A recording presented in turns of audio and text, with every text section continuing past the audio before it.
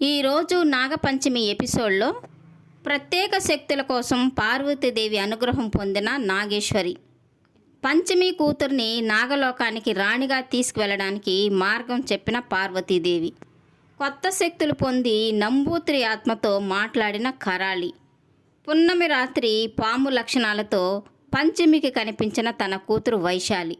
ఇక ఎపిసోడ్లోకి వెళ్ళి ఏం జరిగిందో తెలుసుకుందాం.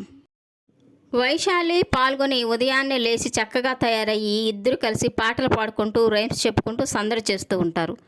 ఇక పనుకొని నిద్రపోతూ ఉన్న చిత్రకి వాళ్ళు చేసే సందడికి నిద్ర రాదు. ఇక తన గదిలోంచి బయటకు వచ్చి వాళ్ళని తిడుతూ ఉంటుంది. ఎప్పుడు చూసినా మీకు ఆటలేనా, బయటకు వెళ్ళి ఆడుకోండి, మమ్మల్ని ప్రశాంతంగా ఉంచనివరా అని తను అరుస్తూ ఉంటుంది. ఇక పిల్లలిద్దరూ తనతో అంటూ ఉంటారు, తెల్లవారిపోయి చాలాసేపు అయిన పెద్దమ్మ, ఇప్పుడు నిద్రపోతే రాత్రికి మీకు నిద్ర రాదు, ఇప్పుడు నిద్రపోకండి అని తను చెప్తూ ఉంటారు. ఆ సంగతి మాకు తెలుసు, మీ అతి తెలివితేటలు నా దగ్గర చూపకండి అని వాళ్ళిద్దరిని బాగా తిట్టి బయటికి పంపిస్తుంది. ఇక తను మళ్ళీ తన గదిలోకి వెళ్ళి నిద్రపోతూ ఉంటుంది. ఇక పిల్లలిద్దరూ తనని ఆట పట్టించాలని ఒక ప్లాస్టిక్ పామును తీసుకొచ్చి తన మీద వేసేసి వాళ్ళు పక్కనే దాంకుంటారు. ఇక చిత్ర ఆ పామును చూసి లేచి గట్టిగా పాము పాము అని అరుస్తూ ఉంటుంది. ఇక పిల్లలిద్దరూ బయటకు వచ్చి పెద్దమ్మ భయపడింది అని అరుస్తూ ఉంటారు. ఇక కోపం వచ్చిన చిత్ర ఇంత పని చేస్తారని వాళ్ళు కొట్టబోతూ ఉంటుంది. అంతలో అక్కడికి వచ్చిన వైదేహి చిత్రను అరుస్తూ ఉంటుంది. పిల్లల్ని కొడుతున్నావేంటి చిత్ర, నువ్వు చిన్నపిల్లలు అనుకున్నావా, ఏమనుకున్నావా అని తను మందలిస్తూ ఉంటుంది. అది కదా అత్తయ్య, వీళ్ళు పిల్లలు కాదు, వీళ్ళు పిడుగులు, ఏం చేశారో చూడండి అని తను చెప్తూ ఉంటుంది. ఇంతవరకు నువ్వు మొద్దు నిద్రపోతూ ఉంటే ఎవరైనా ఇలాగే చేస్తారు చిత్ర, ఇక చాలా పనులున్నాయి, నిద్రపోయింది చాలు, లేచి బయటికి రా అని తను చెప్తూ ఉంటుంది. ఇక కోపం వచ్చిన చిత్ర అనుకుంటూ ఉంటుంది, ఈ పిల్లల్ని ఇంట్లో నుంచి లేకుండా తరిమేస్తాను, మీ సంగతి చెప్తానుండండి, మీ ఇద్దరిని ఎవరిని ఇంట్లో ఉంచను, ఏది చేయాలో అదే చేస్తానని తను అనుకుంటూ ఉంటుంది.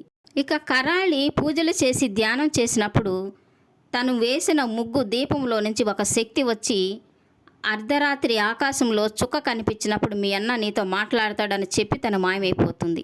ఆ శక్తి వెళ్ళిపోయిన తర్వాత కరాళి అర్ధరాత్రి అయిన తర్వాత ఆకాశం వంక చూస్తూ ఉంటుంది ఆ చుక్క కోసం.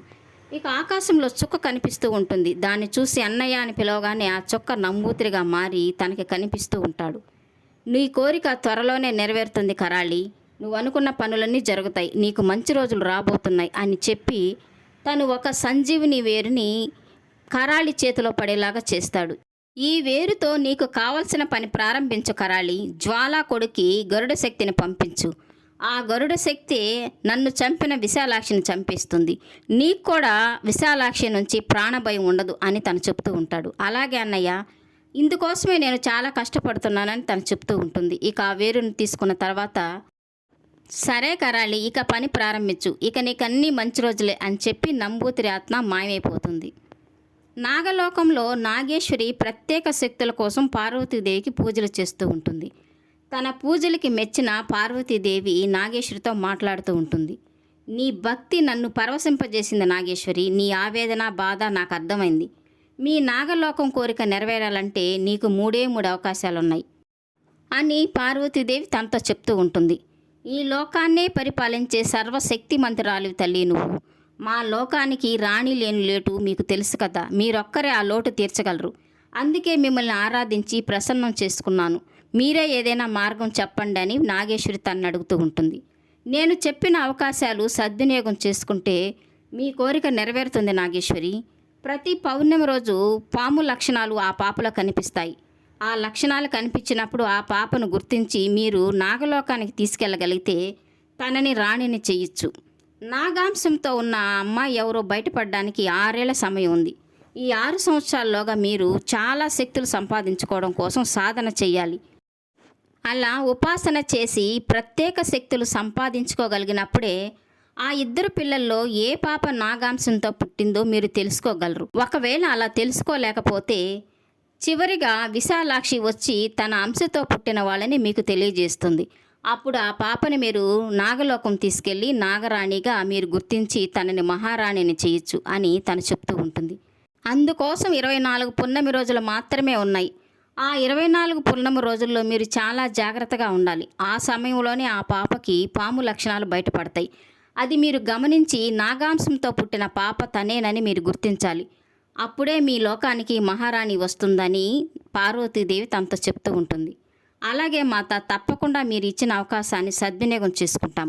ఆ పాపని నాగలోకానికి తీసుకువచ్చి నాగలోకానికి రాణి లేని లోటును తీరుస్తామని తన నాగేశ్వరి చెప్తూ ఉంటుంది. ఇక పార్వతీదేవి మాయమైపోతుంది.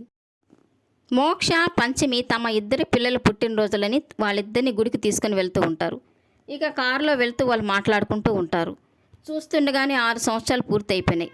పిల్లలతో ఈ 6 సంవత్సరాలు ఎలా గడిచిపోయా మనకే తెలియలేదు. మనకు ఒకరి కాకుండా దేవుడు మనకి 2 పిల్లల్నిచ్చాడు. ఆ సంతోషం మనకు రెట్టింపయింది. మనిద్దరికీ చెరొక బాధ్యత వచ్చింది. ఒకరు నీకు సొంతమైనట్టుగా మరొకరు నాకు సొంతమయ్యారు. వైశాలి నాన్నకూచి అయితే పాల్గొని అమ్మకూచి అయింది. మనిద్దరికీ 2 సొంతమయ్యారు అని వాళ్ళు చెప్పుకుంటూ ఉంటారు. ఇక పంచమికి సుబ్బు గుర్తుకు వస్తూ ఉంటాడు. తను ప్రతి కష్టంలో ప్రతిసారి సుబ్బు వచ్చి నా కష్టం తీర్చేవాడు అని సుబ్రహ్మణ్యేశ్వర స్వామి గుడికి వెళ్తూ పంచమి అనుకుంటూ ఉంటుంది. రేపటి ఎపిసోడ్లో వీళ్ళంతా గుడికి వెళ్ళినప్పుడు ఒక నాగసాధు పంచమితో చెప్తూ ఉంటాడు, నువ్వు ఏ రహస్యాన్నైతే దాయాలనుకుంటున్నావో అది దాగదు అని ఆ సాధువు తనతో చెప్తూ ఉంటాడు. ఇక ఆ రోజు పున్నమి రోజు కావడంతో ఆ వెలుగు కిటికీలోంచి వైశాలి మీద పడుతూ ఉంటుంది.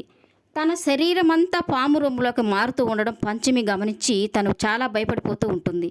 ఇక అక్కడికి నాగేశ్వరి కూడా వచ్చి తనని చూస్తూ ఉంటుంది.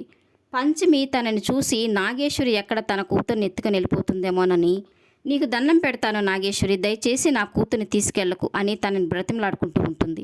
ఇక్కడి నుంచి వెళ్ళిపో అని తను చెప్తూ ఉంటుంది. ఇక నాగేశ్వరి తనతో అంటూ ఉంటుంది, నీకు శివశక్తి ఉంటే నాకు అమ్మవారి దయ ఉంది. పున్నమి రాత్రులు తగ్గే కొంది నీ పిల్లలు నీకు దూరం అవుతారు పంచమి అని నాగేశ్వరి తనతో చెప్తూ ఉంటుంది. నాగాంశతో పుట్టిన విశాలాక్షి ఎవరో నాగేశ్వరి కనిపెట్టింది. ఇక తనని నాగలోకం తీసుకెళ్ళడానికి తన ప్రయత్నం తను చేస్తూ ఉంటుంది. ఇక తనని పంచమి ఎలా అడ్డుకుంటుందో జరగబోయే ఎపిసోడ్లో తెలుసుకుందాం. ఈ వీడియో నచ్చినట్లయితే లైక్ చేయండి, సబ్స్క్రైబ్ చేయండి. ఈ సీరియల్పై మీ అభిప్రాయాన్ని కామెంట్ సెక్షన్లో మెన్షన్ చేయండి. Thank you for watching.